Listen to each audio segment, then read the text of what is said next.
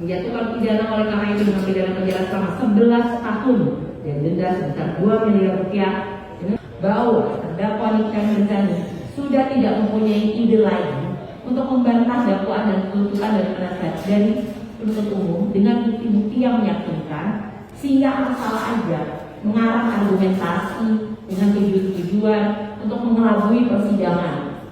Yang mulia ini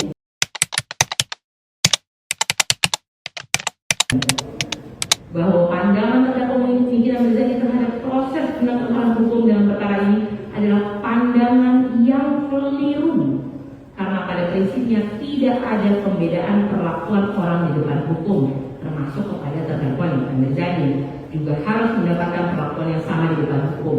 Tidak ada orang yang kebal hukum, tidak ada satupun orang yang harus diistimewakan di depan hukum, termasuk terdakwa Nikita Mirzani. Semua orang diberikan hak dan kewajiban yang sama di mata hukum, namun dengan tetap menjunjung tinggi prinsip asas praduga tak bersalah. Berdasarkan uraian-uraian tersebut di atas, dengan penuh kerendahan hati penuntut umum memohon kiranya majelis hakim Pengadilan Negeri Jakarta Selatan yang memeriksa dan mengadili perkara atas nama terdakwa Nikita Mirzani berkenan memutuskan dengan putusan sebagai berikut: 1. Menolak nota pembelaan atau pledoi atas nama terdakwa Nikita Mirzani. 2. Nota pembelaan atau pledoi tersebut tidak memiliki alasan hukum dan harus dikesampingkan.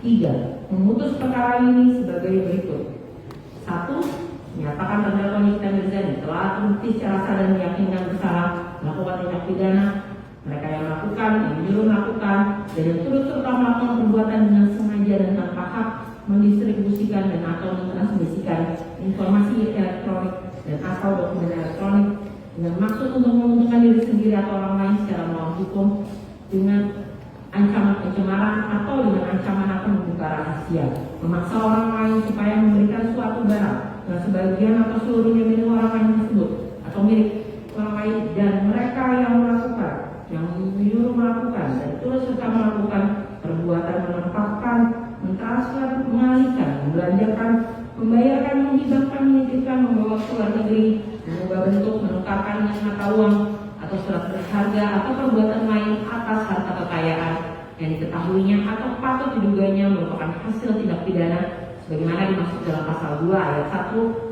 dengan tujuan menyembunyikan atau menyenangkan asal usul harta kekayaan, melanggar pelanggar pertama 1 pasal 45 ayat 10 huruf A junto pasal 27B ayat 2 Undang-Undang Republik Indonesia nomor 11 tahun 2008 tentang informasi dan transaksi elektronik sebagaimana yang telah diubah terakhir dengan Undang-Undang Republik Indonesia nomor 1 tahun 2024 tentang perubahan kedua atas Undang-Undang Republik Indonesia nomor 11 tahun 2008 tentang informasi dan transaksi elektronik junto pasal 55 ayat 1 ke 1 Kitab Undang-Undang Hukum Pidana, dan kedua pasal 3 Undang-Undang Republik Indonesia nomor 8 tahun 2010 tentang pencegahan dan pemberantasan tindak pidana pencucian uang junto pasal 55 ayat 1 ke 1 Kitab Undang-Undang Hukum Pidana.